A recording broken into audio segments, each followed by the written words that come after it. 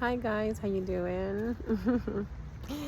By this time, some of you have already seen the other video that I posted. That was, I'm calling it the closing of my journey at La Colma. So I thought. That's what I thought when we were pretty much cheated out of the business by a former partner. And yeah, it caused a lot of devastation in our family. It caused a lot of pain, suffering. That at that time when all of that was happening, I remember it was 2018, and I was a mess. I was a mess because psychologically, mentally, I was so depressed. I was so ashamed of myself. I don't know if this is, I'm speaking from my own experience, what I was feeling. I was feeling ashamed. How can I allow something like that to happen to me? How stupid I was to believe that people were good, So I started feeling ashamed. I don't know, any of you who have gone through any abuse or any situation when you have been harshly treated, brutally treated, whether it is physical abuse or whether it is sexual abuse, whether it's verbal abuse, oppression. Any of you who have gone through something like that, you can leave me a comment because I would love to know this. So at that moment, after everything happened, I didn't even want to tell my mom. I was like, how can I tell these women who have been helping me with the kids all this time for 2 years and a half, in my house all the time. I was so grateful to her for doing that for me. And now I have to tell her that this promise I made, it's gone. So I was ashamed that I had to tell my mom that. I was in so much pain because I had to bear that news to my mother after, here I was making a promise of how I was going to change her life. My mom, when she was a young girl, like I say, I was born in the Dominican Republic, and during that time, the school system was different. So my mom didn't get the opportunity that I got here in this country, you see? So I wanted to provide something much better than what she had or have ever been offered to her. And I was that daughter. I said, I'm going to make it happen, That's why I was the first one to graduate high school from my family, the first one to even graduate, even at 10 university, and then graduate from that. The first one to open a business. It was me. I was always the first one. And it was because I was always looking, out there. I was like, yeah, I can do that. Yes, I can reach that. Yeah. So I always had this dream that, sorry, this is a car. I don't know if it's just in my community, but it happens a lot in my community where I'm from, Latin America. We always want to give our mother more because we see how much they invest in us. So I was that daughter. I wanted to give my mom something better and more. I wanted to see her happy. And now I had to tell her that it's gone. I feel ashamed because how can I allow that to happen? So I was feeling like that, and that led me to suicide. I was thinking about it all the time. I became very detached from my children. Although I try so hard, I just didn't want to damage them too. I just felt like a damaged product. That's how I felt, like a damaged product. I felt like if I would spend more time with my kids, that I was going to somehow damage them because I don't make wise decisions. So at that time, I was blaming myself, you see? So that is the problem that I see that is going on in society, that the victim, no matter what area you are a victim in, whether it's sexual abuse, verbal abuse, physical abuse, mental, any kind of abuse or oppression, what I see is the victim always feel like it was their fault because it happened to me, and it was not sexual, you see. So I thought that only victims of sexual abuse will feel like that, but I was feeling the same. So at that time it was very hard. So grabbing the bottle of pill was like a daily thing. And at that moment I was so afraid for Yannick. I was so afraid for him. He will constantly like just sit on the couch. I've never seen Yannick like sit on the couch. Like you guys that seen Yannick in the bakery, have you ever seen that guy like stop moving? So at that moment I was very concerned with him, with his health. So it was hard. It was really, really hard. And at that moment I didn't have what I have today. You know, I was not the same person. However, that person that I was back then that went through that was exactly the person I needed, because thanks to that person I'm here today and I can see that situation from a completely different point of view.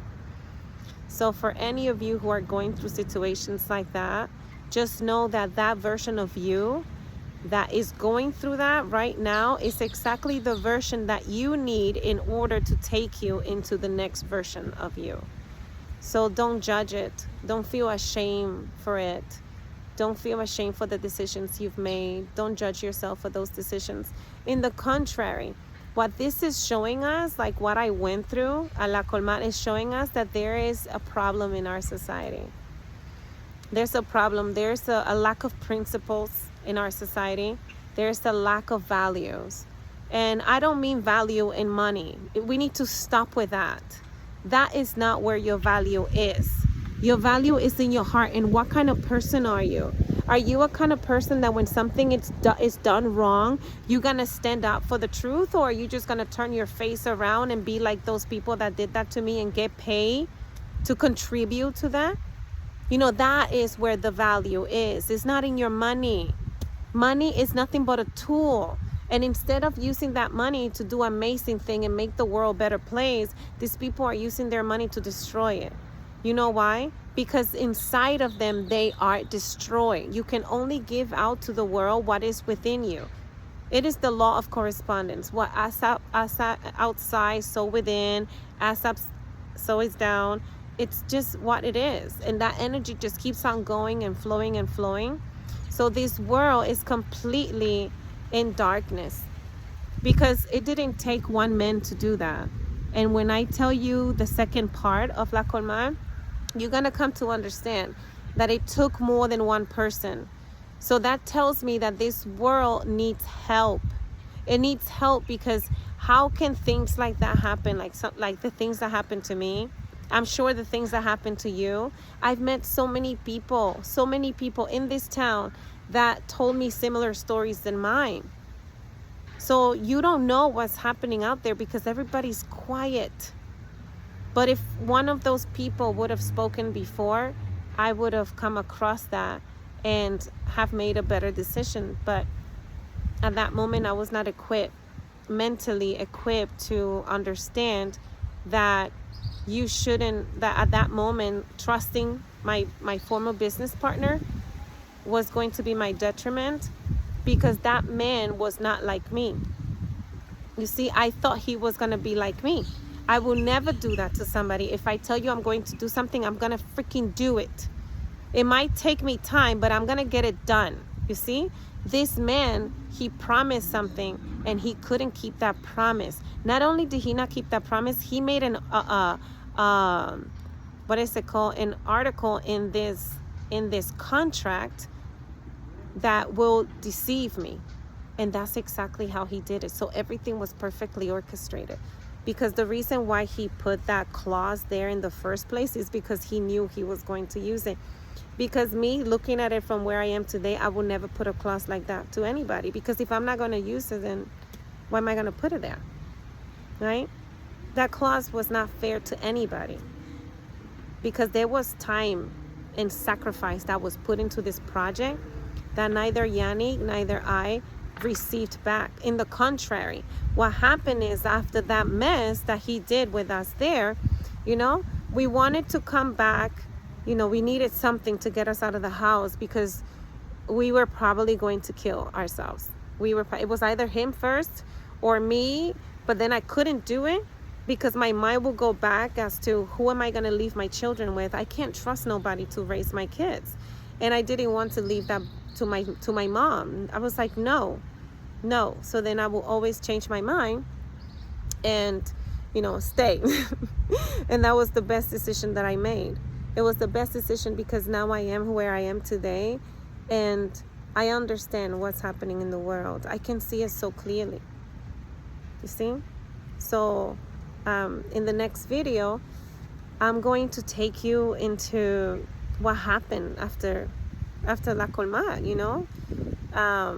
And it's going to be very interesting because you're going to see other characters come to this movie. There's new characters that you guys don't know about, but they're going to come forward, and you're going to hear how it takes more than one person. Evil works in group. Okay? Evil works in group, and that's why we, the light workers, the people that consider ourselves good people, right? We need to work in numbers. We need to work together because what evil does, it uses its money, right? To use you, the weak ones, right? To go and do awful things, demonic things to other human beings because you're getting moolah, because you're getting money. You're selling your soul to the devil. Only bad things is coming for you. You don't understand. You're creating karma, not only for you, but for your descendants to come. 5 generations of suffering will come. And then that will be the whole destruction of your family. The entire destruction of your family. You see? So you don't want to accept that money right now to get paid to do something that you know is wrong, because it's going to come back to you. It always comes back to you. That is the law. Wait, how many times are you going? Aren't you Christians? You guys know that. Don't do unto others what you wish not to be done unto you. You know? So then be of Jesus. That's what we need to be. This whole world needs to be Jesus right now. Because look, something that happened to me in the past also happened to many of you in many different ways. And many of those people didn't make it alive. And many of you are still stuck there in pain. You see? So this is why I have taken it on myself that I'm going to share this. I'm going to share this because we need to put an end to stuff like that. We need to put an end to the lack of principles.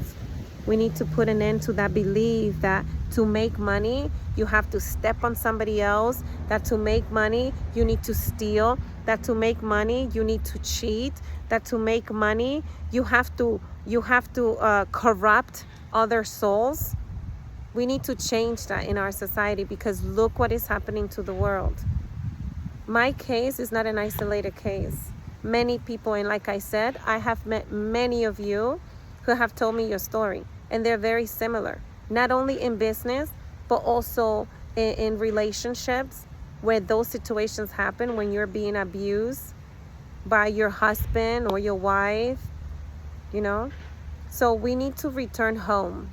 And return home is that we need to return back to the principles that Jesus was teaching, and the principles that Muhammad taught, the principles of the Hindu Vedic, you know, the principle of the Tao Te Ching, the principle of Buddha. We need to return to the principles of the indigenous people that understand that in order for us all to live in harmony, we need to first have harmony within ourselves, and then we bring that harmony out into the world, and then it just becomes better for all of us.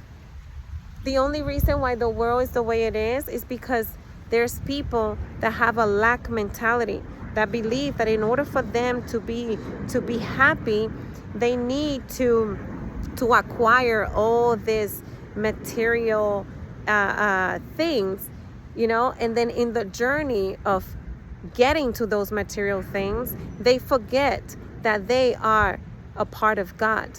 So then they get blinded by the shiny things, the things that glitter, and then they forget their principles. Don't forget your principles.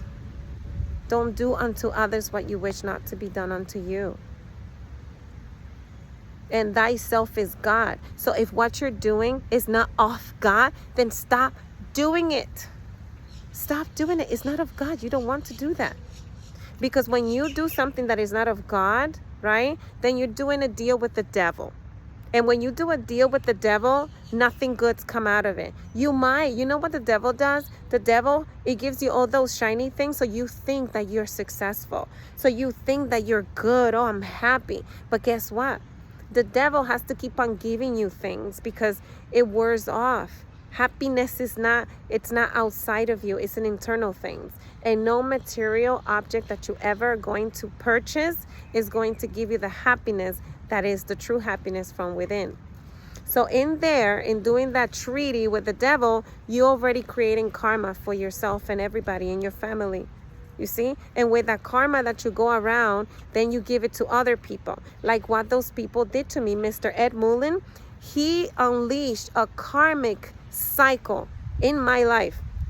For you Hindus, it was like the Kali Yuga, but going down. You know? So right now I'm getting my Kali Yuga. I'm going upward, baby. We're shifting the energy. So for those of you who don't understand, the Kali Yuga is like cycles that end and begin again. And in every time there's this cycle changing, karmic cycles start happening. So people stop getting their wake-up call. So let's say it in other words, like if I was to say it in a word that is understandable for everybody across all board, no matter where you come from, shit's gonna hit the wall because the Kali Yuga is changing the shift.